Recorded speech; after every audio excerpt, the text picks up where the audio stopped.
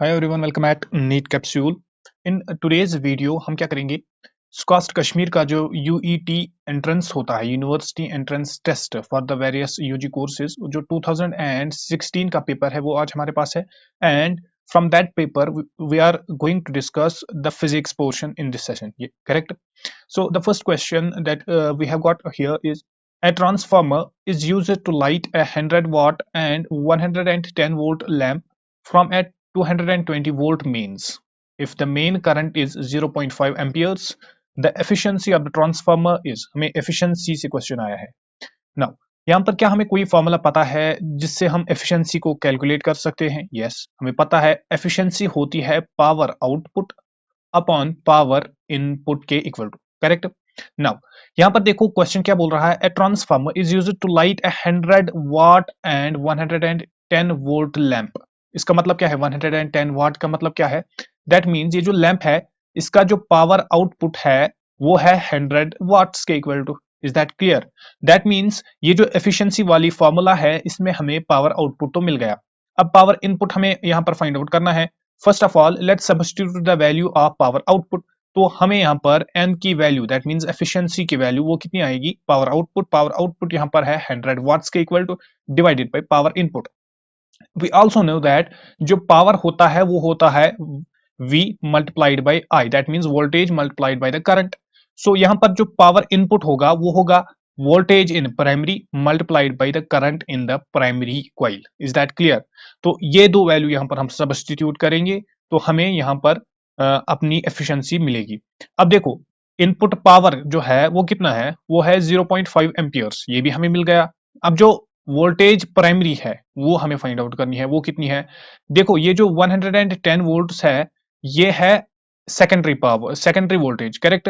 That means ये वाली जो है 220 वोल्ट्स जो है ये हमारी मेंस बन जाएगी, दैट मींस प्राइमरी वोल्टेज बन जाएगी। तो हमारी वैल्यू जो आएगी एफिशिएंसी की, that will be 100 watts upon voltage in the primary coil, that will be equal to 220 multiplied by current in the primary, that is 0.5 amperes. Is that clear? अब इस वाली इक्वेशन को सॉल्व कीजिए। यहाँ पर हमें मिलेगा this will be equal to, this will be 100 upon, this is 220 multiplied by 0.5। इसको मैं लिख सकता हूँ 22 मल्टीप्लाइड बाई 5 भी, ठीक है ना? तो 5 1 जार 5, 5 2 जार 10, this will be equal to 0। That means 20 upon 22 ये हमारी क्या आ जाएगी? ये हमारी एफिशिएंसी आ जाएगी। अब 20 अपॉन 22 हमारी एफिशिएंसी आ जाएगी, लेकिन हमें परसेंटेज एफिशिएंसी निकालनी है तो मैं इसको मल्टीप्लाई करूंगा 100 से। जब मैं इसको मल्टीप्लाई करूंगा 100 से, the value will come out to be equal to 91 point something, right? तो 91 पॉइंट के आसपास जो अप्रोक्सीमेट हम ले सकते हैं वो हम ले सकते हैं option number C, that's 90%। Is that clear? तो यहाँ पर सिंपली एफिशिएंसी की फॉर्मूला हमें यूज करनी थी। एफिशिएंसी किसके इक्वल टू होती है? Power output upon power input.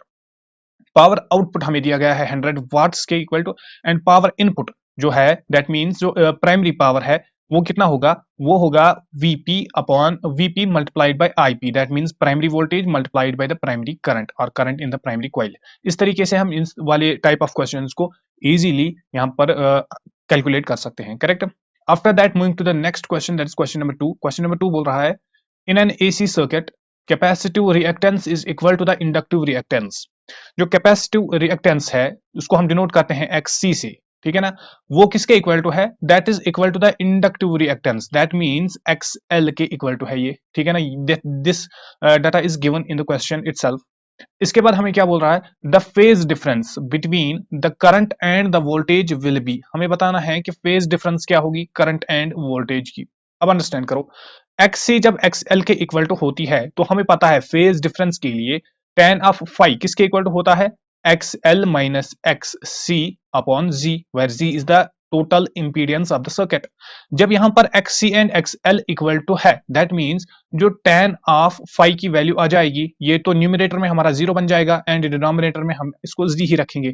जब न्यूमरेटर में 0 आ गया दैट मीन जो tan फाई की वैल्यू आ जाएगी वो कितनी आ जाएगी? 0 की इक्वल टू आ जाएगी। और हमें फाइंड आउट करनी है फाई की वैल्यू, तो फाई की वैल्यू क्या हो जाएगी? tan inverse of 0, that means किस वैल्यू पे tan की वैल्यू 0 आती है, किस एंगल पे? तो ऑब्वियसली वो 0 वैल्यू पे tan 0 इज इक्वल टू 0। तो ऑप्शन नंबर 1 यहां पर हमारा करेक्ट आंसर हो जाएगा। नेक्स्ट क्वेश्चन पे चलिए। Next question is question number 3। Question number 3 says, how does the energy difference between the consecutive energy levels vary as the quantum number n increases? जितना जितना quantum number जो n है, अगर quantum number n increase हो जाएगा तो हमें बताना है कि एनर्जी इससे किस तरीके से डिपेंड करती है। हमें पता है जो एनर्जी है that is inversely proportional to the n, correct है, इस बात को समझना है। एन स्क्वायर जो एनर्जी है that is inversely proportional to the n square. That means अगर क्वांटम नंबर इंक्रीज होगा, अगर क्वांटम नंबर इंक्रीज होगा जो एनर्जी हो जाएगी, एनर्जी क्या होगी, एनर्जी डिक्रीज हो जाएगी। तो ऑप्शन नंबर बी हमारा यहाँ पर करेक्ट आंसर बन जाएगा। इजी सा क्वेश्चन था। नेक्स्ट क्वेश्चन पे चलिए। Next question, question number 4। Question number 4 says potential barrier of silicon at 30 degree centigrade is 0.7 electron volts. Which of the following can represent the potential barrier of the silicon at 100 degree centigrade? अब यहाँ पर understand करना, जो potential barrier होता है, जो potential barrier होता है that is directly proportional to the temperature in the SI units. That means temperature in, यहाँ पर हम लेंगे इन केल्विन, ठीक है। अब यहाँ पर देखो that means potential barrier 1 divided by potential barrier 2 जो हमें फाइंड आउट करना है that will be equal to temperature 1 upon temperature 2। As simple as that. हमें टेम्परेचर पहला भी दिया गया है, सेकंड वाला टेम्परेचर भी दिया गया है, लेकिन यहाँ पर ट्विस्ट थोड़ा सा है। जो टेम्परेचर हमें दिया गया है that is given in the units of centigrade, तो हमें इसको फर्स्ट ऑफ ऑल कन्वर्ट करना है इन द केल्विन, राइट। तो मैं यहाँ पर लिखूंगा पोटेंशियल बैरियर पहले क्या था 0.7 डिवाइडेड बाय पोटेंशियल बैरियर जो हमें फाइंड आउट करना है this shall be equal to temperature 1, temperature 1 is 30 degree centigrade and this will be equal to 30 plus 273। अगर मैं इसकी केल्विन में बात करूंगा इन द सिमिलर वे जो डिनोमिनेटर में मैं लिखूंगा 100 प्लस 273 केल्विन, ठीक है ना। इस तरीके से ये हमारे पास एक सिंपल से एक्सप्रेशन बन गई। तो ये जो वैल्यू आ जाएगी that will be equal to 0.7 upon potential barrier जो मुझे फाइंड आउट करना है, this will be equal to, this will be 3, this will be again 0 and यहाँ से एक कैरी आ जाएगा, उसको हम यहाँ पर ले जाएंगे 2 के साथ, तो this will be 3। That means 303, this will be divided by 373। इस तरीके से हमें यहाँ पर अंडरस्टैंड करना है। और इस वैल्यू को हम जब यहाँ से फाइंड आउट करेंगे तो हमारे पास जो पीबी पोटेंशियल बैरियर जो हमें फाइंड आउट करना है उसकी वैल्यू कितनी आ जाएगी 0.7 multiplied by 373 divided by 303 kelvin. अगर हम केल्विन में टेम्परेचर को लेंगे तो इसकी वैल्यू जो आ जाएगी वो वैल्यू आती है 0.9 के इक्वल टू। तो ऑप्शन नंबर सी हमारा यहाँ पर करेक्ट आंसर बन जाएगा। इजी सा क्वेश्चन था अगेन। चलिए नेक्स्ट पे। Next is if C and R denote the capacity and resistance। अगर C कैपेसिटी को डिनोट करता है एंड R जो है ये रेजिस्टेंस को डिनोट करता है, the dimensions of C and R are C multiplied by R हमें लिखना है। मैं लिखूंगा C मल्टीप्लाइड बाय R। अब देखो Q इक्वल टू CV ये हमें पता है। अगर मैं यहाँ से C की वैल्यू फाइंड आउट करूंगा तो मैं लिखूंगा C will be equal to Q upon V। Is that clear? तो इंस्टेड ऑफ C मैं यहाँ पर लिखूंगा Q upon V। First of all हम इसको सिंप्लीफाइड फॉर्म में लेंगे। इसके बाद यहाँ पर है रेजिस्टेंस। रेजिस्टेंस हमें पता है रेजिस्टेंस होती है V अपॉन I, राइट। तो मैं यहाँ पर इंस्टेड ऑफ दिस R मैं यहाँ पर लिखूंगा V अपॉन I। अब हमारे पास क्या बच गया, this V and this V these are both potentials, ये दोनों कैंसिल आउट हो जाएंगे। यहाँ पर जब ये दोनों यहाँ पर कैंसिल आउट हो जाएंगे तो मेरे पास बचेगा Q अपॉन I। अंडरस्टैंड करना। नाउ Q एंड I की मैं कौन सी वाली रिलेशन यहाँ पर यूज करूंगा, मुझे पता है कि जो करंट होता है ये होता है चार्ज अपॉन टाइम के इक्वल टू। तो मैं यहाँ पर क्या लिखूंगा, यहाँ पर मुझे Q की वैल्यू लिखनी है तो Q की वैल्यू में यहाँ पर लिखूंगा I multiplied by T, correct. तो यहाँ पर मैं Q के इंस्टेड में यहाँ पर लिखूंगा I multiplied by T and denominator में इसका खुद का I है, I and I will cancel out, तो हमारे पास बच गया T। दैट मीन जो डायमेंशंस होंगे that will be same as that of time, वो टाइम के जैसे ही इसके भी डायमेंशंस होंगे, तो T1 will be the correct answer. As simple as that. इस तरीके से हमें पहले जितनी भी फॉर्मूलाज हमें आती है वो हमें यूज करनी है। हमें अपनी एक्सप्रेशन को एक सिंप्लीफाइड एक्सप्रेशन बनाने की कोशिश करनी है, तो इस तरीके से हमारे लिए इजी होगा कि हम डायमेंशंस फिर निकाल सकते हैं, करेक्ट। आफ्टर दैट चलिए नेक्स्ट क्वेश्चन पे। Next question is question number 6. Question number 6 says, if L denotes the inductance of an inductor through which a current of I is flowing, the dimensions of Li square are। अब देखो tricky सा question है, यहाँ पर इसने सिर्फ Li square लिखा है। हमें पता है जो एनर्जी स्टोर होती है in an inductor, energy stored in an inductor, एक इंडक्टर में एनर्जी कितनी स्टोर होती है जिसको हम डिनोट करते हैं E से, एंड वो होता है हाफ ऑफ Li का square. In this energy expression ये जो हाफ है this is a constant and ये डायमेंशन लेस होता है, राइट। तो हमारे पास बेसिकली जो एनर्जी होती है वो होती है एल आई स्क्वायर के इक्वल टू, राइट। ये जो एल आई स्क्वायर है दैट मीन्स इसके डायमेंशन और एनर्जी के डायमेंशन सिमिलर होंगे। तो यहाँ पर एल आई स्क्वायर के डायमेंशन हमें बताने हैं, that will be same of energy, और एनर्जी के क्या होते हैं m1 l2 t minus 2, m1 l2 t minus 2, option number A will be the correct answer, right. Simple सा क्वेश्चन था। नेक्स्ट क्वेश्चन पे चलिए, क्वेश्चन नंबर 7 पे। Question number 7 says the magnitude of the vectors a, b and c are respectively 12, 5 and 13 units and a plus b equals to c. Then the angle between a and b is, हमें बताना है angle between these two vectors A and B क्या है, इनका magnitude भी दिया गया है एंड हमें यहाँ पर एक कंडीशन भी दी गई है दैट a प्लस बी जो है that is equal to c। अब अंडरस्टैंड करो, a प्लस बी अगर इक्वल टू c है, अगर a plus B equal to c ये हमें दिया गया है, फ्रॉम दिस एक्सप्रेशन अगर मैं इसकी स्क्वायरिंग करूंगा तो मैं लिख सकता हूं a प्लस बी का whole square, this should be equal to C square. इस बात को अंडरस्टैंड कीजिए। नाउ a प्लस बी का होल स्क्वायर, जब हम दो वेक्टर्स की स्क्वायरिंग में जब हम इनका एडिशन करते हैं तो ये किसके इक्वल टू आ जाएगा, this will be equal to a square plus B square plus 2ab, this will be cos of theta, this will be equal to c का स्क्वायर। अब यहां पर वैल्यूज को सब्स्टिट्यूट कीजिए। a की वैल्यू हमारे पास है 12, 12 का स्क्वायर होता है 144 प्लस b का स्क्वायर, b इज 5 एंड इसका स्क्वायर हो जाएगा 25 plus this is 2ab, this is 2 multiplied by a के इंस्टेड में यहां पर लिखूंगा 12 मल्टीप्लाइड बाई b के इंस्टेड में यहां पर लिखूंगा 5 multiplied by this will be cos of theta, this should be equal to 13 का स्क्वायर एंड 13 का स्क्वायर इज इक्वल टू 169। अब यहां पर थोड़ा सा शैफल कीजिए इन टर्म्स को। यहां पर मैं लिखूंगा cos of theta will be equal to this is 169, इसको माइनस में करूंगा ये वाली टर्म कितनी बन जाएगी basically 5 plus 4, this is basically 9, 2 plus 4 what's that, 2 plus 4 is 6, यहां पर मैं लिखूंगा 6 एंड 1 ये यहां पर आ जाएगा 169 माइनस 169 एंड इसी को मैं डिवाइड करूंगा इस वाली टर्म से, बिकॉज दिस टर्म इस साइड में ये क्या है, ये मल्टीपल में है, दैट मींस 120 से। तो यहां से जो cos ऑफ थीटा की जो वैल्यू आ जाएगी that will be equal to 0 upon 120, that means cos of theta की वैल्यू आ गई 0, दैट मींस थीटा की वैल्यू आ जाएगी cos इनवर्स ऑफ 0। तो cos की वैल्यू किस एंगल पे 0 के इक्वल टू होती है ये हमें यहां पर बताना है। देखो cos 0 जो होता है ये 1 के इक्वल टू होता है and cos of 90 that means pi by 2, cos of 90 जो होता है वो होता है 0 के equal to, that means option number B will be the correct answer. That means theta की जो वैल्यू आ जाएगी that will be equal to pi upon 2 और इसको हम लिखते हैं 90 डिग्री, ठीक है ना। 90 डिग्री पे जो cos की वैल्यू होती है वो 0 के इक्वल टू होती है। नेक्स्ट क्वेश्चन पे चलिए। Next, a car at rest accelerates uniformly to a speed of 144 kilometers per hour in 20 seconds. It covers a distance of, हमें डिस्टेंस बतानी है कि ये कितनी डिस्टेंस को कवर करेगी। डिस्टेंस की एक सिंपल सी फॉर्मूला हमारे पास होती है s is equal to ut plus half of at square, where u is the initial velocity and a is the acceleration of that particular object and t is the time interval, जिस time interval के लिए ये चल रहा है, ठीक है ना। अब देखो यहां पर पहले ही क्वेश्चन बोल रहा है कि if a car is at rest, what does that mean, that means कि जो u है the initial velocity is going to be equal to 0 and जब मैं इस u की वैल्यू को 0 सब्स्टिट्यूट करूंगा इस वाली इक्वेशन में तो मेरे पास s की वैल्यू आ जाएगी ut, that means 0 plus half of what's acceleration, acceleration हमें यहाँ पर फाइंड आउट करनी है, एक्सेलरेशन मल्टीप्लाइड बाय t का square and t is obviously equal to 20 seconds. Now in order to find out this acceleration मैं यहाँ पर और एक फॉर्मूला को यूज करूंगा। मुझे पता है एक्सेलरेशन होती है change in velocity upon time, that means v minus u upon t, understand करना इसको भी।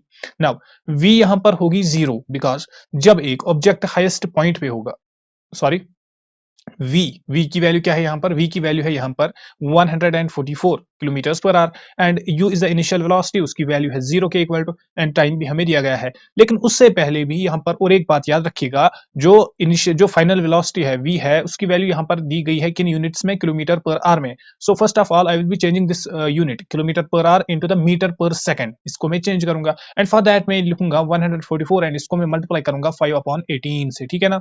This will be 2 9s are 18, this will be 2 7s are 14 and this will be 2 2s are, right।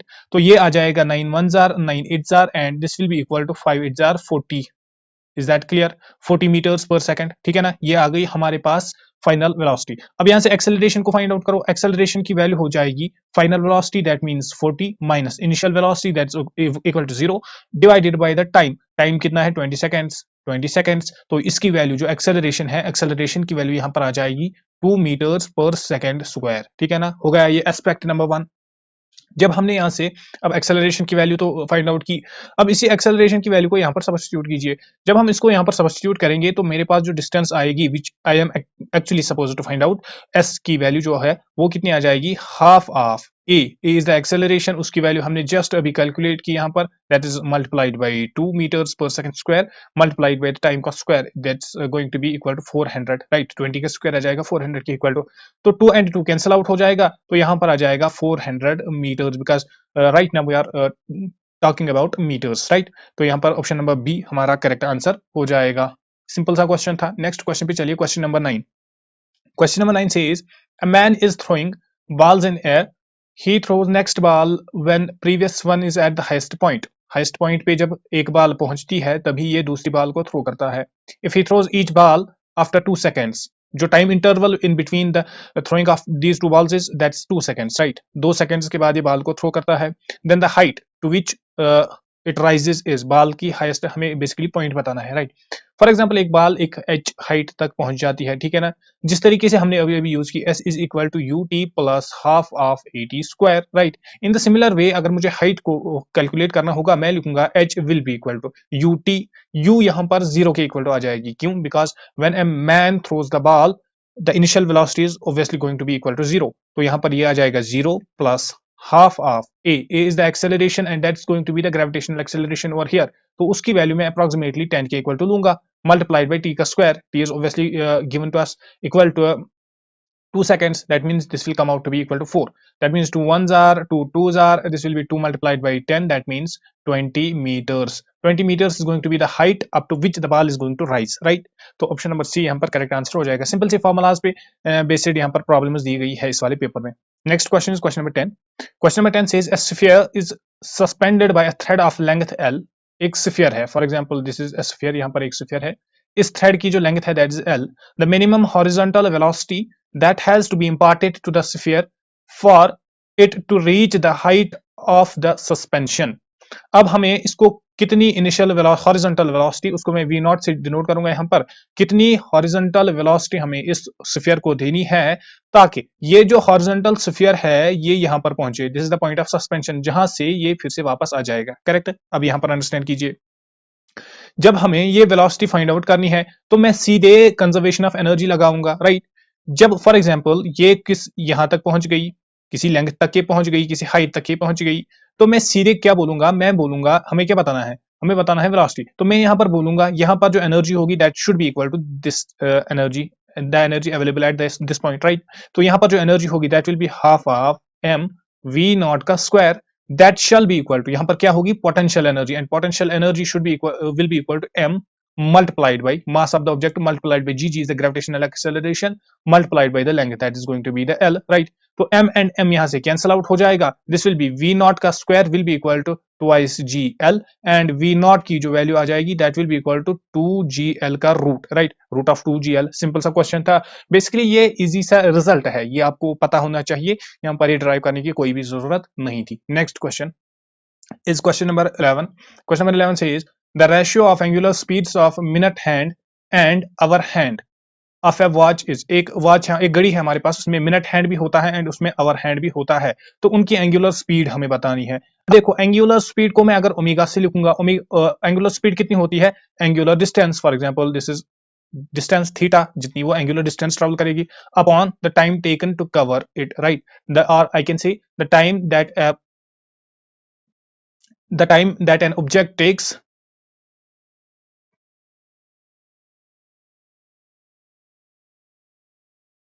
उसको मैं omega,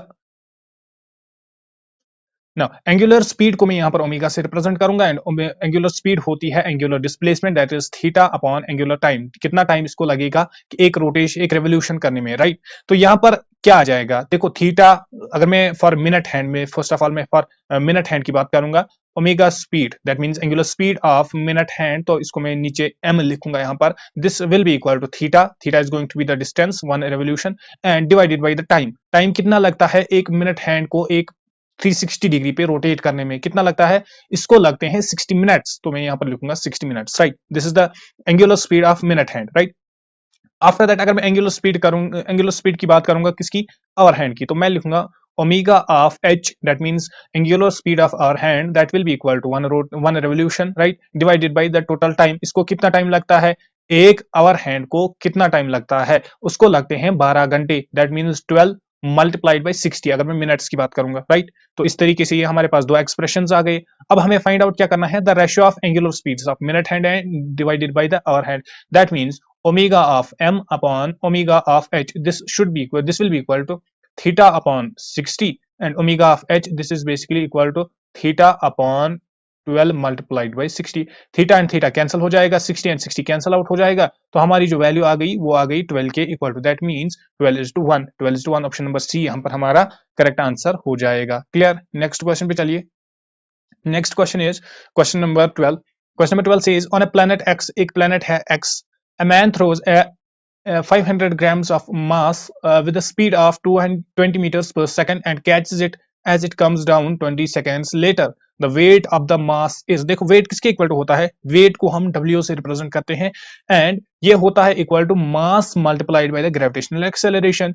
अब देखो यहाँ पर हमें प्लेनेट का नाम नहीं बताया गया है, बाकी सारी कंडीशंस बताई गई, calculating the value of g, that means acceleration due to the gravity on that planet, right? And for that हम यहाँ पर क्या करेंगे? देखो यहाँ पर टाइम दिया गया है एंड वेलोसिटी दी गई है, हमें वेलोसिटी दी गई है equal to 20 meters per second के इक्वल टू, राइट? इसके बाद हमें क्या दिया गया है? हमें यहाँ पर दिया गया है initial velocity, initial velocity is obviously equal to 0 because जब ये मैन इस बॉल को थ्रो करता है इन द अपवर्ड डायरेक्शन, तो ऑब्वियसली जो इनिशियल वेलोसिटी है वो इक्वल टू 0 आ जाएगी, राइट? अब टाइम हमें यहाँ पर टोटल जर्नी का दिया गया है, लेकिन क्या हमें टोटल जर्नी का टाइम चाहिए? नो, बिकॉज ये टोटल जर्नी का टाइम है जब ये बाल को थ्रो करता है, दैट मीन्स हमें हाफ ऑफ द जर्नी का टाइम चाहिए जब यहां से यहां तक जाएगा, और असेंडिंग या हम अगर डिसेंडिंग की बात करेंगे तो इसका जो टाइम लगेगा वो इसका हाफ लगेगा, दैट मीन्स 10 सेकंड्स का टाइम लगने वाला है, राइट? तो यहां पर हम एक्सेलरेशन को फाइंड आउट करेंगे। Acceleration will be equal to the final velocity, final velocity is 20 meters per second, 20 minus the initial velocity that is obviously equal to 0 divided by the time, time यहां पर आ गया हमारा 10, that means 10 1s are 10 2s are, acceleration आ गई 2 meters per second square के equal to.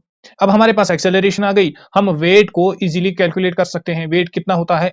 m is going to be 0.5, अगर हम केजीज की बात करेंगे, यहाँ पर ग्राम्स में दिया गया है, हमने इसको पहले कन्वर्ट किया केजीज में, right? multiplied by the acceleration. What's acceleration? Acceleration हमने अभी just now यहाँ पर कैलकुलेट की, acceleration की वैल्यू आ गई 2, that means weight की जो वैल्यू आ गई वो आ गई 1 Newton, 0.5 multiplied by 2 is equal to 1, right? तो यहाँ पर ऑप्शन नंबर 1 हमारा करेक्ट आंसर हो जाएगा। नेक्स्ट क्वेश्चन पे चलिए। Next question is a lift is moving up with acceleration equal to 1/5 of that due to the gravity. जो acceleration है, जिस एक्सेलरेशन से एक लिफ्ट चल रहा है टुवर्ड्स द अपर साइड, ऊपर की तरफ एलिवेट हो रहा है, वो एक्सेलरेशन की वैल्यू है g/5 के equal to the apparent weight of the 60 kg man standing in the lift is. जो स्टैंडिंग जो एक आदमी होगा इस लिफ्ट में, उसका अपरेंट वेट कितना होगा? देखो W होता है किसके equal to? m multiplied by g plus minus a, right? This is basically the net acceleration कितनी होती है? g is the acceleration due to gravity and a is the acceleration of that particular object जिसकी बात हम कर रहे हैं, correct? इस बात को यहां पर समझना। अब यहां पर हम सिंपली क्या करेंगे? वेट को हमें फाइंड आउट करना है। Weight will be equal to m is the mass of the that particular body and mass यहां पर दिया गया है 60 kgs के equal to, that means 60 multiplied by g is the acceleration due to gravity. g जब lift ऊपर की तरफ आ रही है तो हम यहां पर साइन को लेंगे plus, positive, right? And acceleration की वैल्यू दी गई है g/5, as simple as that. सिर्फ इतना ही करना था इस वाली प्रॉब्लम में। तो ये आ गया 60 multiplied by g plus g/5, this will be equal to 6g/5, correct? इस बात को समझना। This will be 5 1s are, this will be 5 12s are, again 6 multiplied by 12, this what will be the value? The value will be equal to 72, right? तो 72 kgs, 72 kgs option number B यहां पर हमारा correct answer हो जाएगा। Next question पे चलिए। Next question is question number 14 a car turns a corner on the slippery road at the constant speed of 12 meters per second. देखो speed दी गई है equal to 12, right. If the coefficient of friction is 0.4, mu की value दी गई है 0.4 के equal to the minimum radius of the arc in metres in which the car turns is. तो इसकी फॉर्मूला हमारे पास है v स्क्वायर होता है किसके इक्वल टू म्यू और g के इक्वल टू हमें यहाँ पर देखना है r is the going to be the radius. तो ये आ जाएगा v square that means 144 that will be divided by mu की वैल्यू क्या है 0.4 multiplied by g is equal to 10. Approximate value हम लेंगे 10 के इक्वल टू, राइट. तो ये आ जाएगा 144 upon this will be equal to 4, correct. This will be 2 2s are 4, 2 7s are 4, 2 7s are 14 and this will be 2 2s are 4 and this will be equal to 36. क्या 36 कोई option है? Option number B यहाँ पर 36 metre. तो next question is question number 15 and question number 15 बोल रहा है a train weighing 10 power 7 Newton is running on a level track with uniform speed of 36 kilometers per hour. The frictional force is 0.5 kgf per quintal. The power of the engine is, तो g की value हमें यहाँ पर 10 के equal to लेनी है. अब जो फर्स्ट थिंग यहाँ पर दी गई है दैट इज वेट. वेट कितना है एक ट्रेन का? वेट यहाँ पर दिया गया है 10 पावर 7 न्यूटन्स के equal to. After that force की बात हो रही है. फोर्स दिया गया है. फोर्स कितना है 0.5 kgf that means 0.5 multiplied by 10 power 6 और इसको मैं लिख सकता हूं this will be equal to 50,000, right. After it इसके बाद आइए अब हमें बताना है कि पावर कितना होगा इंजन का. तो पावर की हमें फॉर्मूला पता है कि पावर जो होता है ये होता है F dot V that means force and velocity का डॉट, राइट. तो यहां पर फोर्स तो हमें दिया गया है that means 50,000 multiplied by v is the velocity. Velocity यहां पर दी गई है 36 किलोमीटर्स पर आवर. इसको हम चेंज करेंगे मीटर्स पर सेकंड में. सो हम इसको पहले मल्टीप्लाई करेंगे विद 5/18 तो ये आ जाएगा 10 मीटर्स पर सेकंड के इक्वल टू. तो इसको यहां पर मल्टीप्लाई अगेन करो 10 से क्योंकि वेलोसिटी हमारी आ गई कितनी 10 मीटर्स पर सेकंड. तो ये हमारा बन गया 5 lakhs, राइट. तो इसको हम लिख सकते हैं 5 और इसके साथ कितने जीरोस आएंगे 1 2 3 4 and this will be 5 1 2 3 4 and 5 zeros. तो इसी को हम लिख सकते हैं 5 दो जीरोस हम ऐसे लिखेंगे एंड इसको हम लिखेंगे किलो वाट बिकॉज हमें पता है कि 1 किलो में कितना आता है 1 किलो होता है 1000 के इक्वल टू, राइट. तो इस तरीके से हमारा आंसर नंबर 4 यहां पर करेक्ट हो जाएगा for this question. Next question पे चलिए. Next question is question number 16. A uniform chain has a mass m and length l. एक यूनिफॉर्म चेन है जिसका मास है m एंड इसकी लेंथ है l. It is lying on a smooth horizontal table with half of its length hanging vertically down. देखो important सा concept यहाँ पर यूज किया गया है. फॉर एग्जांपल हमारे पास एक टेबल है इसके ऊपर एक चेन है, ठीक है. और वो जो चेन है उसका हाफ पार्ट यहाँ पर इसको याद रखिएगा उसका हाफ पार्ट जो है वो हैंग करता है बिलो द टेबल. अब हमें अगर इस चेन को पुल करना पड़ेगा तो वर्क डन हमें बताना है कि वर्क डन कितना हो जाएगा. तो इसके लिए मैं यहाँ पर आपको एक शॉर्ट सी फॉर्मूला बताऊंगा. जब भी आपको इस तरीके का कॉन्सेप्ट आएगा इस तरीके का क्वेश्चन आएगा जिसमें हमें चेन को पुल करना होगा अबाउट द टेबल तो हमें वर्क डन फाइंड आउट करना होगा. तो याद रखना वर्क डन होता है mgl अपॉन 2n का स्क्वायर. ये फॉर्मूला आप याद रखिएगा तो आपकी सारी की सारी प्रॉब्लम्स यहां पर एंड हो जाएगी. देखो m जो है m is the mass of the chain तो ये m एज इट इज रहेगा. g is the gravitational acceleration तो g की वैल्यू भी g ही रखो. l इज द लेंथ तो लेंथ यहां पर कैपिटल L है अपॉन 2. अब यहां पर क्वेश्चन आपको याद रखना है कि n क्या है. n क्या होता है इसका अगर आपको कॉन्सेप्ट आ गया तो आपकी सारी की सारी चेन वाली प्रॉब्लम्स इसी फॉर्मूला से यहां पर फिनिश हो जाएंगी. देखो ये जो n होता है ये होता है नंबर ऑफ सेगमेंट्स, जितने डिविजन्स हमने उस चेन में बनाए. अब यहां पर कितने डिविजन्स हमने बनाए हैं 2 डिविजन्स बनाए हैं.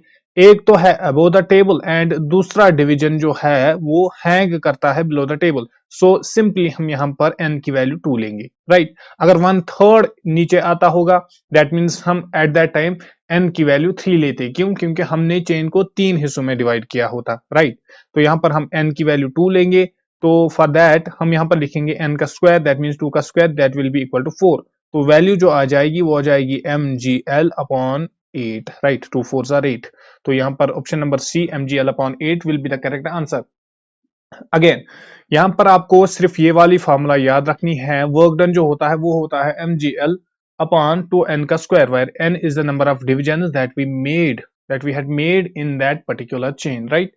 इसके बाद क्वेश्चन नंबर 17 पे चलिए। Newton's law of gravitation applies to, Newton's law of gravitation जो है ये किस बॉडी पे हम अप्लाई कर सकते हैं? Small bodies only, planets, both small bodies and big bodies, only valid for solar system. Obviously ये बोथ द बॉडीज के लिए अप्लाई हो सकता है, no matter how big a body is और how small a body is. Newton's law क्या बोल रहा है कि जो force of attraction in between the two bodies having masses, having certain masses like m1 and m2, उनके between जो force of attraction होगा वो कितना होता है? वो होता है m1 m2 upon r square के प्रोपोर्शनल, राइट।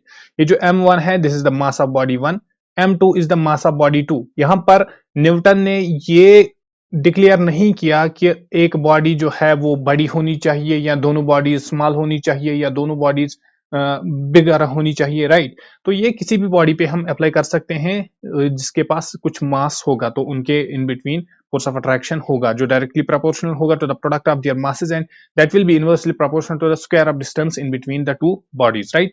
तो ऑप्शन नंबर सी यहां पर करेक्ट आंसर हो जाएगा।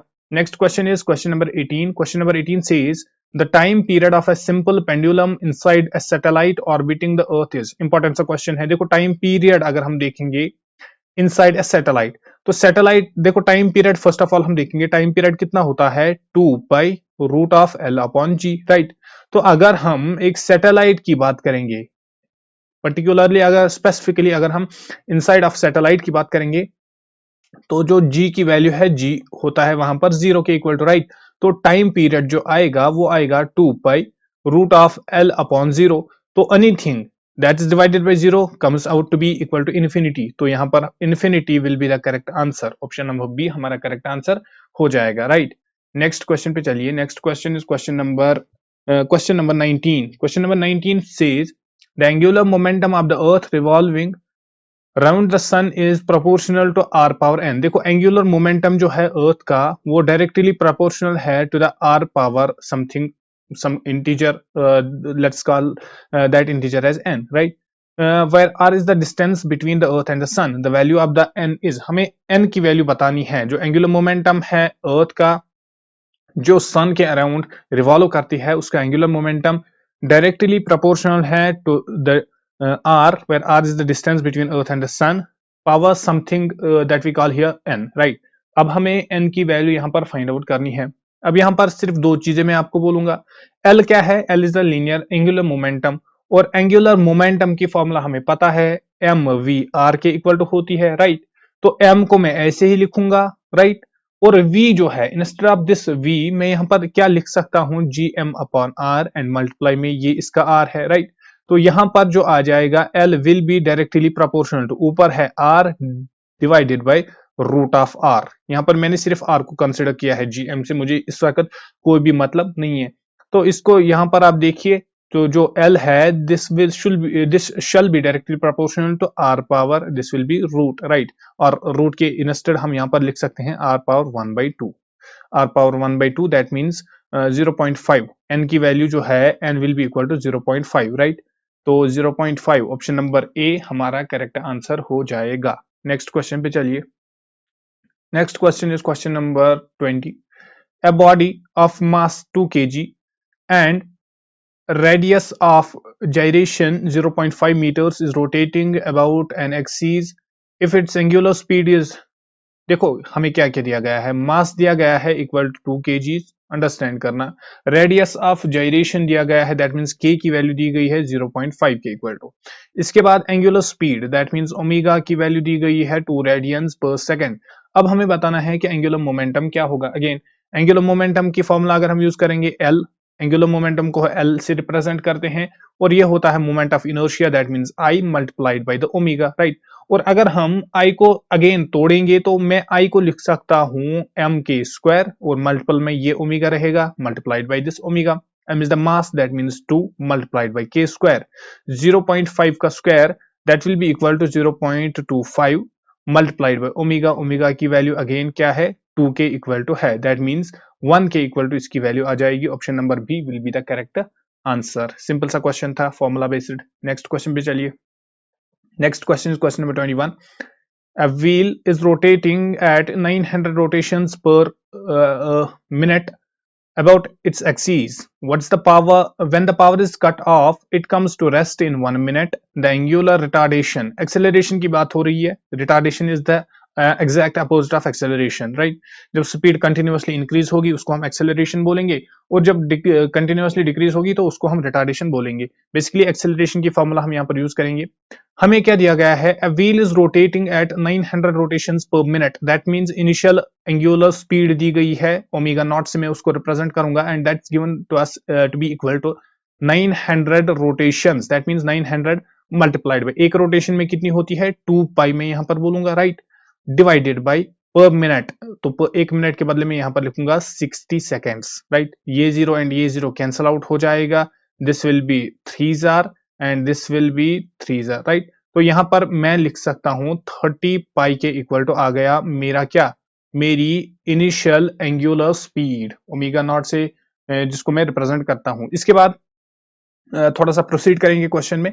When the power is cut off, जब हम पावर को कट ऑफ करते हैं, it comes to rest in 1 minute. इसका मतलब क्या होता है, इट कम्स टू रेस्ट, इसका मतलब जो फाइनल एंगुलर स्पीड है दैट मींस ओमेगा जो है उसकी वैल्यू यहां पर डेफिनेटली 0 के इक्वल टू दी गई है, राइट, स्ट्रेटली यहां पर दी गई है ओमेगा की वैल्यू 0।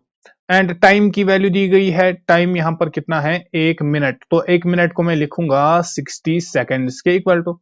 अब हमें बतानी है एक्सेलरेशन कितनी होगी। देखो एक्सेलरेशन को एंगुलर एक्सेलरेशन और एंगुलर रिटार्डेशन अल्फा से मैं रिप्रेजेंट करूंगा, that will be equal to final angular velocity that means omega minus initial angular velocity that means omega not upon time upon T, right.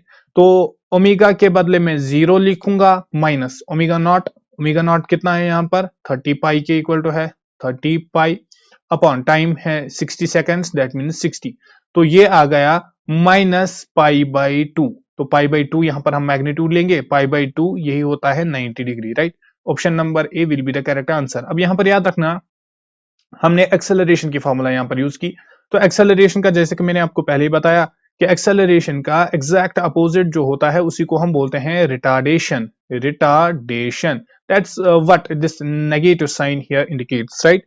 तो negative sign का मतलब होता है retardation, decrease हो रही है। नेक्स्ट पे चलिए, next is question number 22। Question number 22 से the bulk modulus of rubber is 9.1, देखो बल्क मॉड्यूलस की वैल्यू दी गई है B 9.1 multiplied by 10 power 8 Newton meter. To what depth a rubber ball be taken in a lake so that its volume is decreased by 0.1%. अब देखो bulk modulus की simple सी formula आप यहां पर यूज कीजिए। बल्क मॉडुलस किसके बराबर होता है, pressure upon DV upon D.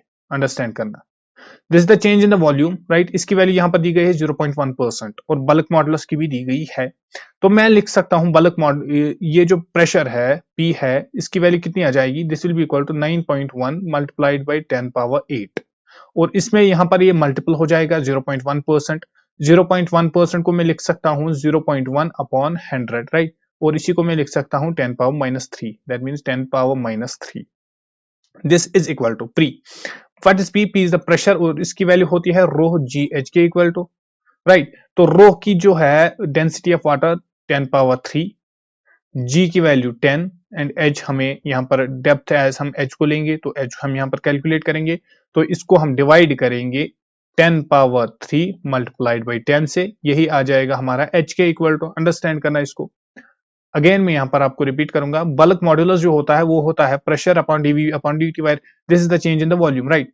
तो यहां पर this is delta V upon V, तो यहां पर देखो चेंज इन द वॉल्यूम जो है वो कितना है 0.1%, दैट मींस 10 पावर माइनस 3 की वैल्यू आ जाएगी इसकी, राइट। एंड ये आता है किसके इक्वल टू, प्रेशर के equal to, and pressure itself is equal to rho G H तो यहाँ से हमें एच को कैलकुलेट करना है, बाकी सबकी हम वैल्यू यहाँ पर सब्स्टिट्यूट करेंगे। ये आ जाएगा 10 पावर 4 एंड यहाँ पर बचेगा 9.1 multiplied by 10 power 4 multiplied by 10 power -3। Understand करना, तो ये बच गया 9.1 multiplied by 10 power 1। Understand it, ये आ गया 91 के इक्वल टू। लेकिन यहां पर और एक बात अंडरस्टैंड कीजिए, जो हमने g की वैल्यू ली है, g की वैल्यू हमने ली किसके इक्वल टू, 10 के इक्वल टू। होती क्या है, होती है 9.8 के इक्वल टू। अगर हम उसकी वैल्यू 9.8 लेते तो ये हो सकता है 95 के इक्वल टू आ जाता, राइट। और 91 लोगे या 95 लोगे तो उसका अप्रोक्सीमेशन हमने ली बेसिकली, तो यहां पर भी हम अप्रोक्सीमेशन लेंगे तो इसके नजदीक जो वैल्यू है हमारी वो है 100। तो ऑप्शन नंबर सी 100 यहाँ पर हमारा करेक्ट आंसर बन जाएगा for this particular question. Next question पे चलिए। Next question is question number 23।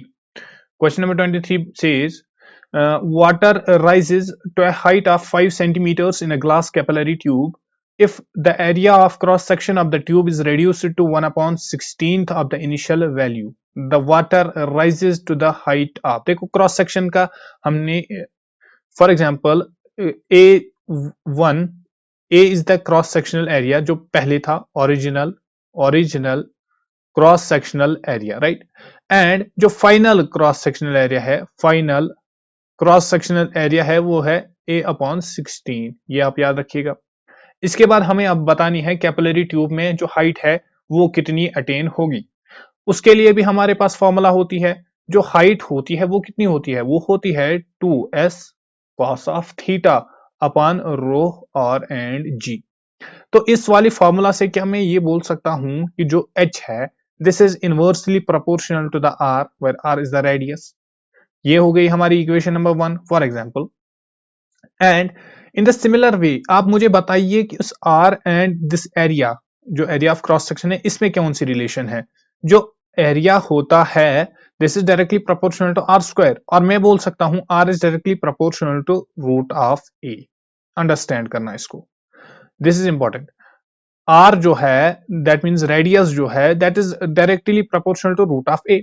तो इंस्टेड ऑफ दिस आर मैं अगर रूट ऑफ ए यहां पर सब्स्टिट्यूट करूंगा, मैं लिखूंगा H is directly proportional to one by root of A, right. तो ये हमारे लिए इंपॉर्टेंट है, तो इसी से हमारी प्रॉब्लम यहाँ पर एंड हो जाएगी, फिनिश हो जाएगी। तो मैं लिखूंगा h1/h2 will be equal to root of a2/a1। और h1/h2, h1 यहाँ पर कितना दिया गया है 5 सेंटीमीटर्स के इक्वल टू, एंड h2 हमें कैलकुलेट करना है will be equal to root of a2। What's the value of a2, that is a/16 and a1 की वैल्यू यहाँ पर हमने a के इक्वल टू दी है, राइट। a एंड a यहाँ से कैंसल आउट हो जाएगा। 5/h2 will be equal to root of 1/4 and root of 1/16 and root of 1/16 को हम ले सकते हैं 4 के इक्वल टू।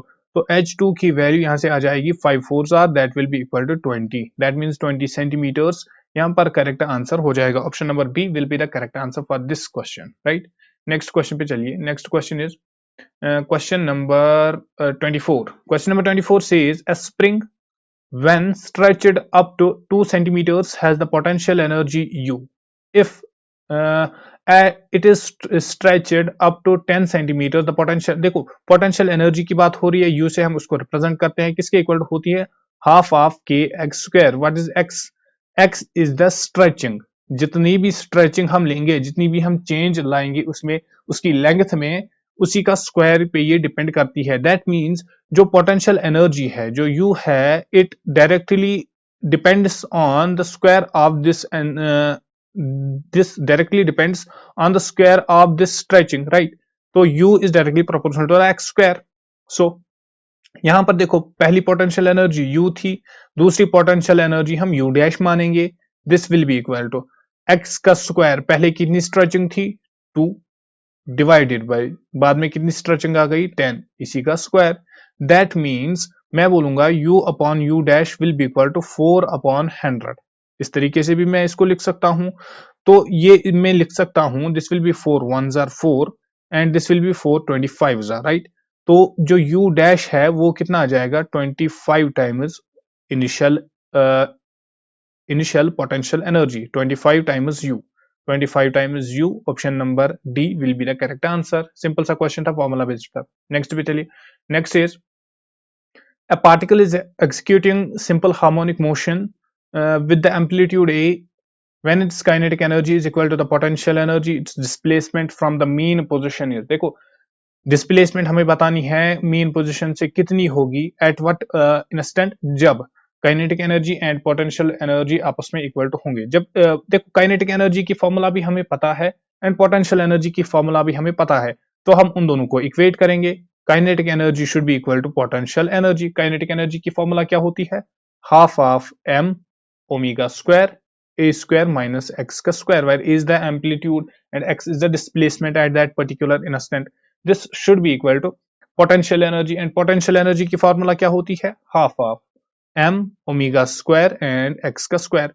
देखो m यहां से कैंसिल हो जाएगा, यहां से कैंसिल हो जाएगा, हाफ भी कैंसिल हो जाएगा, ओमेगा स्क्वायर भी कैंसिल हो जाएगा. हमारे पास जो बचा, क्या बचा? a square minus X square should be equal to x का स्क्वायर.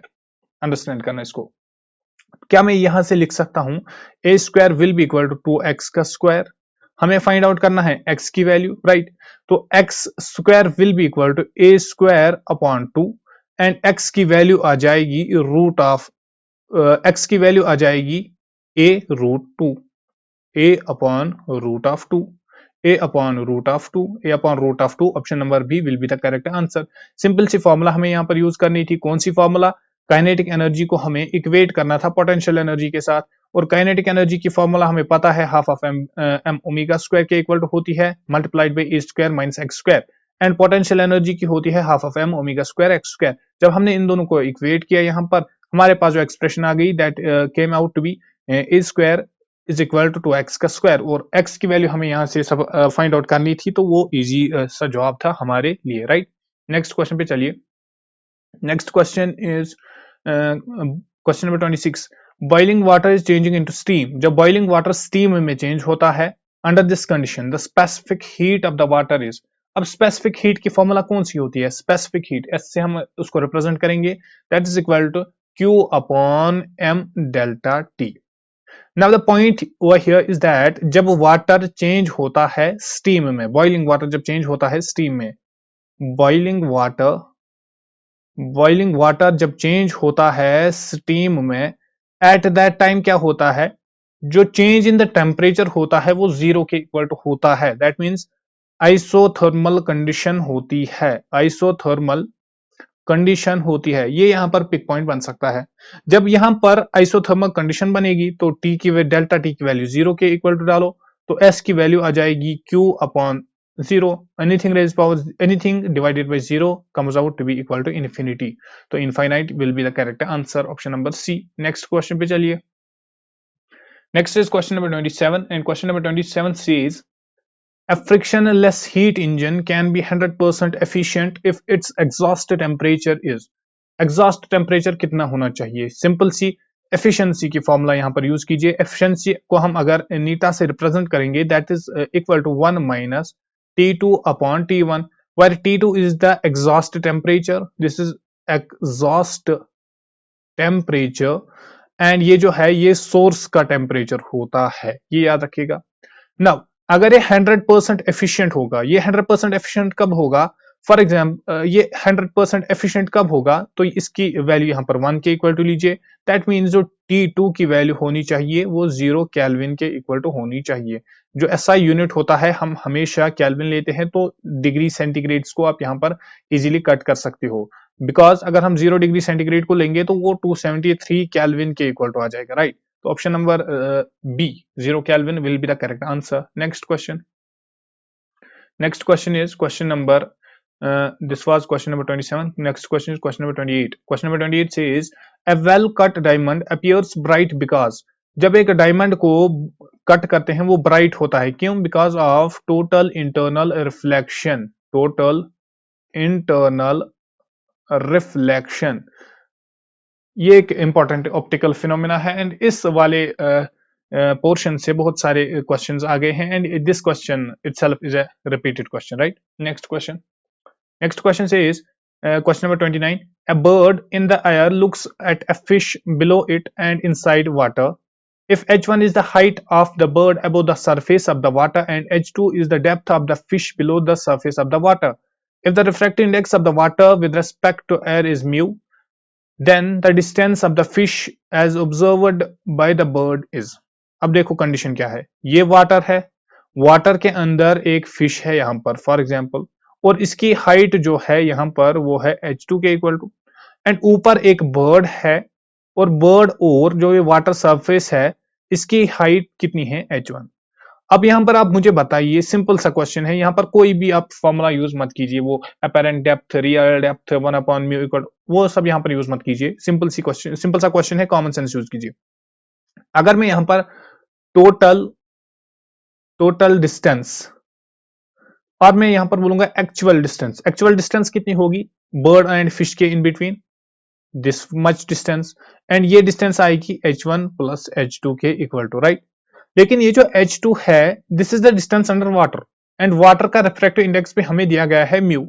तो h2 को मैं क्या लिख सकता हूं, जो ये जो डिस्टेंस होगी, this is basically h2 is the distance under the water, and water का रिफ्रैक्टिव इंडेक्स म्यू के इक्वल टू दिया गया है, तो एग्जैक्ट डिस्टेंस ये वाली कितनी होगी, this will be equal to h2 upon mu, right. तो h2 के इंस्टेड मुझे यहां पर लिखना है h2 upon mu, and plus में again h1, this will be the correct answer. That's done. Our question is done, right? Again आप understand कीजिए, h1 वाटर के अबोव जो है वो डिस्टेंस है from bird and the surface of the water, तो ये h1 है। यहां पर भी हम रिफ्रैक्टिव इंडेक्स को कंसिडर कीजिए करते, लेकिन एयर का जो रिफ्रैक्टिव इंडेक्स होता है वो 1 के इक्वल टू होता है, राइट। और ये जो h2 है इसका रिजल्टेंट कितना आएगा, h2 अपॉन म्यू, वो होगी net distance in between this water surface and this fish, right. तो h2 upon mu plus h1 divided by 1 भी आप लिख सकते हो, तो ये हमारा करेक्ट आंसर हो जाता, h2 upon mu plus h1, option number B यहां पर करेक्ट आंसर हो जाएगा। नेक्स्ट क्वेश्चन पे चलिए। Next question is question number 30, the wavelength of the light diminishes mu times, यहां पर ये म्यू है, diminishes mu times in the medium a diver from the inside of water, जिसका refractive index दिया गया है 1.33 के equal to, looks at an object whose natural color is green, he sees the object as। देखो object का colour जो होता है, ऑब्जेक्ट का अगर हम कलर की बात करेंगे, ऑब्जेक्ट कौन सा कलर दिखा रहा है, वो वही कलर दिखा रहा है जो लाइट को, जिस वेवलेंथ को वो क्या कर सकता है, स्कैटर कर सकता है, या इन अदर वर्ड्स मैं बोल सकता हूं जो वो रिफ्लेक्शन दिखाता है। And if we talk about particularly, if we talk about this green colour, अगर हम ग्रीन कलर की बात करेंगे, ये जो ग्रीन कलर है ये स्कैटर करता है ग्रीन वेवलेंथ को, ग्रीन वाली लाइट की वेवलेंथ को मच मोर, तो ऑब्वियसली इसका कलर क्या होगा, ग्रीन ही होगा। नेक्स्ट पे चलिए।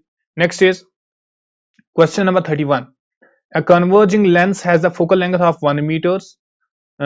The minimum distance between the real object and its real image formed by this lens is।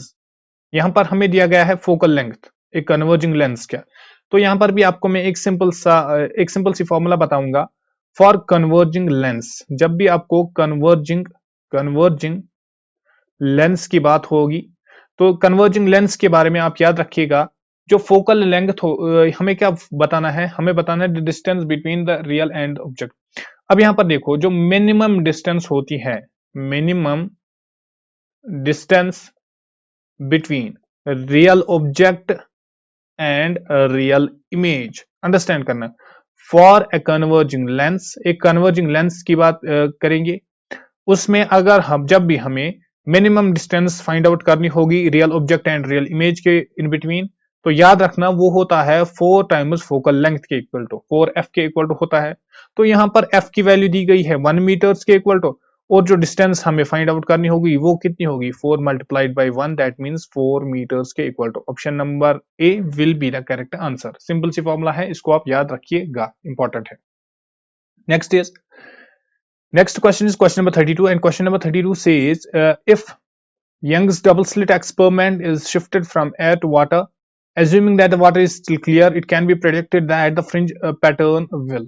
तो फ्रिंज पैटर्न पे कौन सा इफेक्ट रहेगा।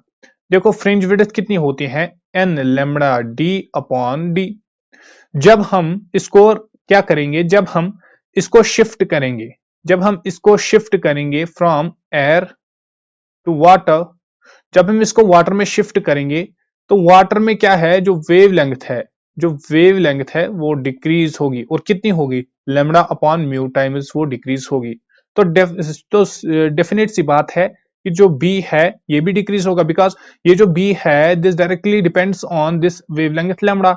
और अगर आपसे यहां पर आप लिखिएगा दिस विल डिसअपियर, राइट, ये थोड़ी थोड़ी कम हो जाएगी, डिक्रीज यहां पर अप्रोप्रिएट आंसर बन जाता। अब हो गया ये इस क्वेश्चन का।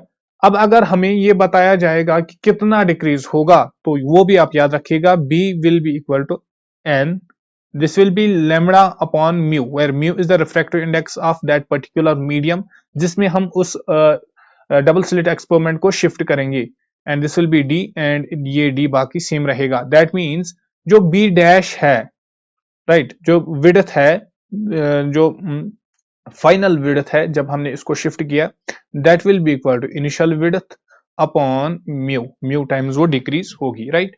नेक्स्ट पे चलिए, next is question number 33. Question number 33 says two equal charges are separated by a distance of d. दो equal charges हैं जिनको हमने separate किया है by the distance of d. For example, this is q charge 1, this is charge 2, और इनकी जो distance है वो है d, right? इतना सारा क्वेश्चन में ही दिया गया है। A third charge placed on a perpendicular bisector at x distance. यहां से हमने x distance ली, फॉर एग्जाम्पल यहां पर हम लेंगे, यहां पर और एक चार्ज हमने रखा है, अ थर्ड चार्ज, जो यहाँ पर परपेंडिकुलर बाइसेक्टर पे रखा है, that will experience A maximum column force at, और इस पे जब मैक्सिमम कॉलम फोर्स लगेगा वो कहां पर लगेगा, अब एट दैट टाइम हमें इस x की वैल्यू बतानी है, राइट। फॉर एग्जांपल यहाँ पर हमने स्मॉल q का एक चार्ज रखा। अब अंडरस्टैंड कीजिएगा, इस वाली यहाँ पर पॉलीगन को यहाँ पर आप कंप्लीट कीजिए। अब यहां पर इस क्यू से इस क्यू पे एक फोर्स लगेगा, उसकी वैल्यू कितनी होगी, फॉर एग्जांपल एफ के इक्वल टू हो जाएगी, और इस वाली यहां से भी एक फोर्स लगेगा, उसकी वैल्यू भी एफ हो जाएगी, because in both the cases जो ये दोनों चार्जेस है ये सेम है। यहां पर एक्स की वैल्यू दी गई है, let suppose this is theta, angle theta. यहां पर देखो, अगर हमें ये वाली डिस्टेंस की पता करना होगा, ये वाली डिस्टेंस की मेजरमेंट करनी होगी, ये कितनी होगी, this will be equal to root of x square, this will be x square plus d square upon 4, right, सबका इसमें रूट आ जाएगा। अब अंडरस्टैंड कीजिए, अगर मैं एक फोर्स की बात करूंगा, फॉर एग्जांपल इस फोर्स की मैं बात करूंगा, अगर मैं एक फोर्स की बात करूंगा वो कितना आ जाएगा, के, और के की वैल्यू होती है, देखो फोर्स होता है के Q1 Q2 अपॉन आर का स्क्वायर, राइट। तो उसी को हम यहां पर यूज करेंगे, के की वैल्यू में लिखूंगा 1/4 pi epsilon naught multiplied by this is Q1 multiplied by this is Q2 जिसपे फोर्स लग रहा है, डिवाइडेड बाई एक्स का square, x is the R का स्क्वायर, और एक्स का स्क्वायर जो डिस्टेंस है इन बिटवीन ये वाली इसका स्क्वायर, जब इसका हम स्क्वायर करेंगे तो ये रूट कैंसिल हो जाएगा, यहां पर हमारे पास बचेगा x square plus d square upon 4। ये हो गया फोर्स नंबर 1। लेकिन यहां पर कितने फोर्स लगते हैं, यहां पर 2 फोर्स लगते हैं।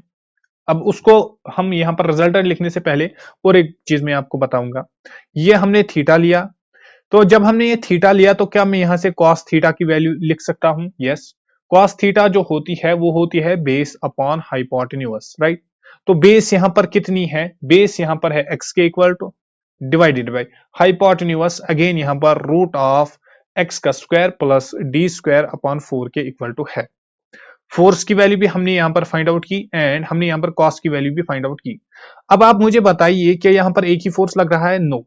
एफ नेट की अगर हम बात करेंगे that will be equal to F one plus F2 plus cos of theta. For example मैं यहां पर लिखूंगा इन दोनों का वेक्टर सम, तो वो हो जाएगा F1 plus F2 plus twice F1 F2 and cos of theta, right. तो ये मैं लूंगा ट्वाइस F, इसको मैं लिख सकता हूं।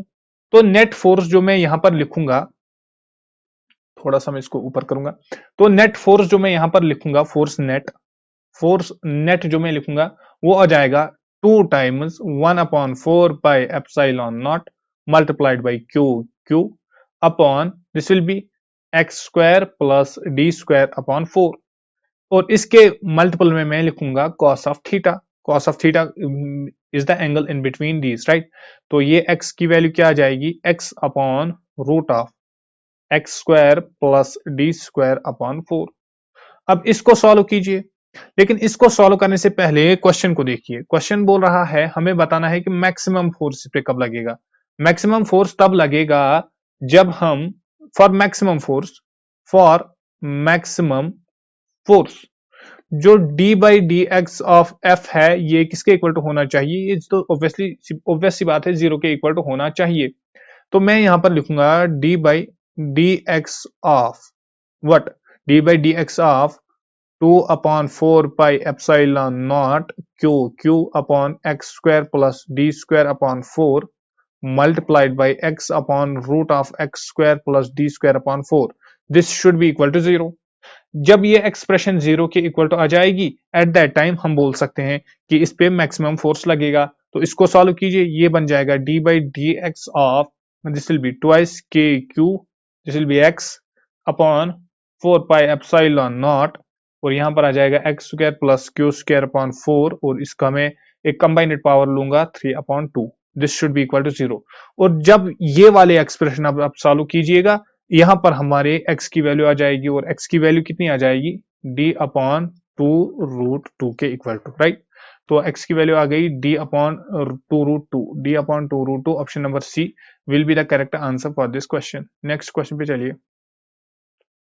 Next question is question number 34 and it says the total flux from the surface of the cylinder of radius r and length L which is placed in a uniform electric field E parallel to the cylinder axis is उससे net total flux जो है वो कितना है, right.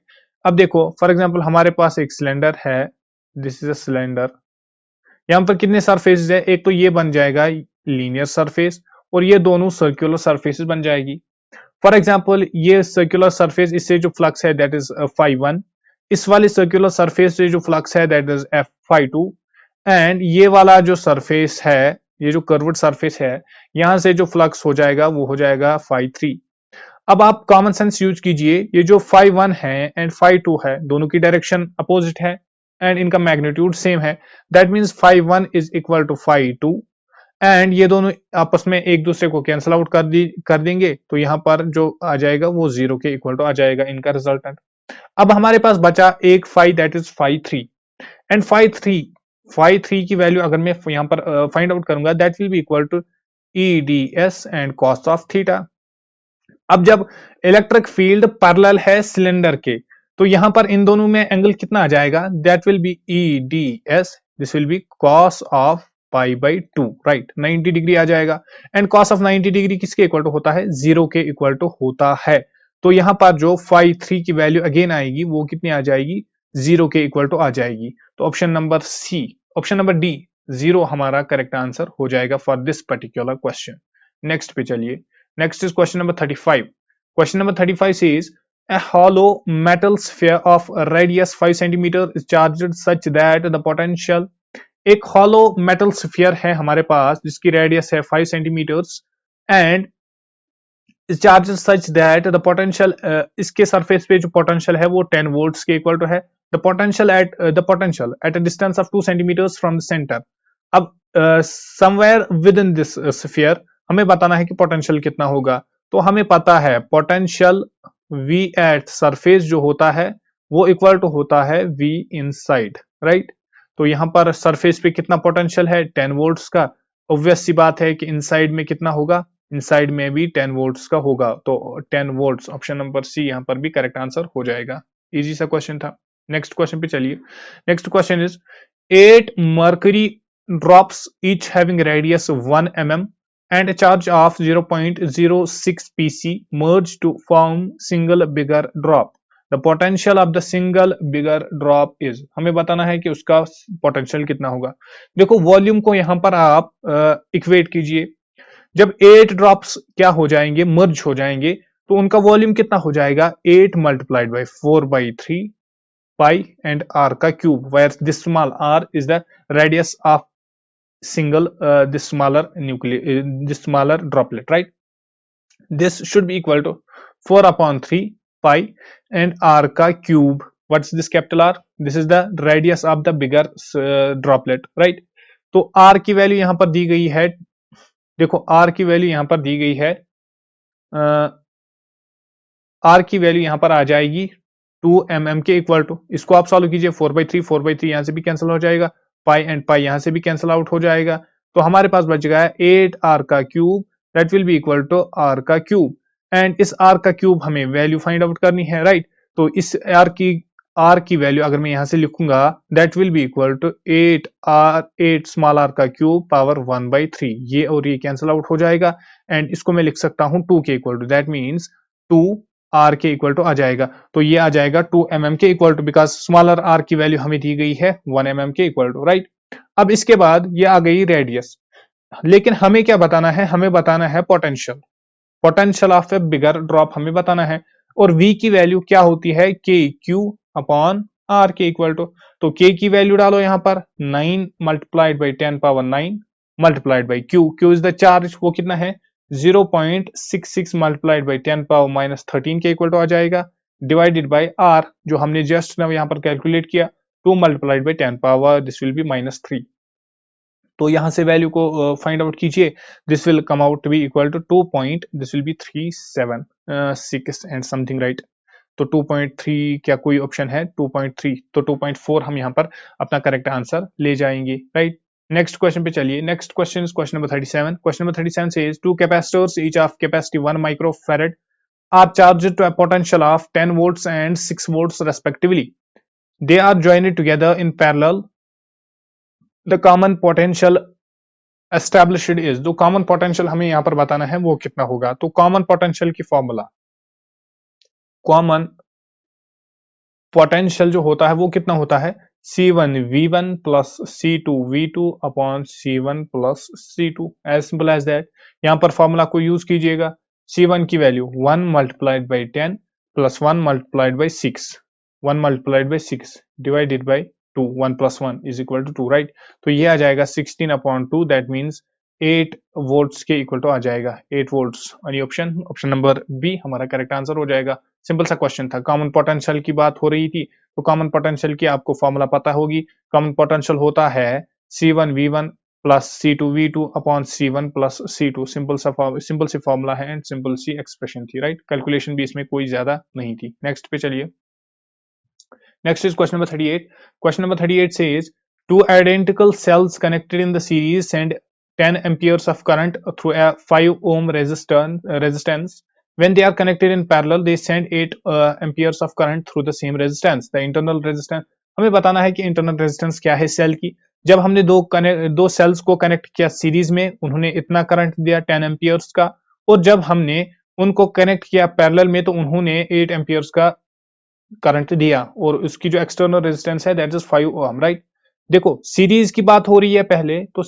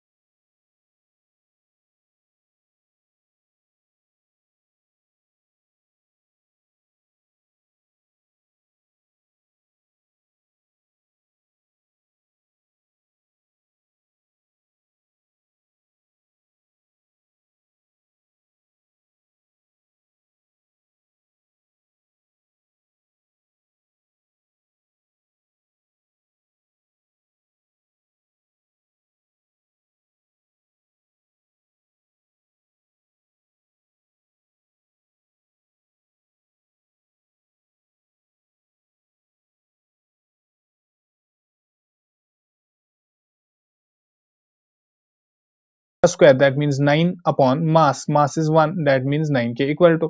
In the similar way, wire 2, for wire 2 second wire के लिए मैं क्या बोलूंगा, जो रेजिस्टेंस है वो कितनी आ जाएगी, लेंथ का square, that means 4 upon this mass is here 2, right, that means 2 के equal to आ जाएगा.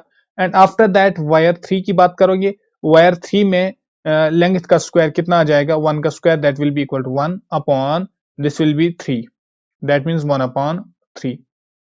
तो ये इनका रेशियो आ गया. सिंपली हमें यही रेशियो यहाँ पर बताना है. रेशियो आ गया हमारे पास 9:2:1 upon 3.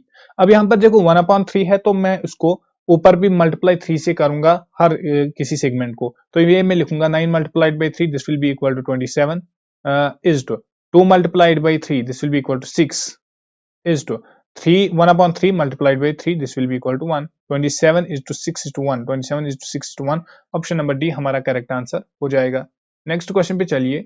Next question is in the circuit shown the heat produced in the 5 ohm resistor is 10 calories per second. Heat generated in 4 ohm resistor is, ये जो 4 ohm resistor है इसमें कितनी हीट जनरेट होगी वो हमें यहाँ पर बताना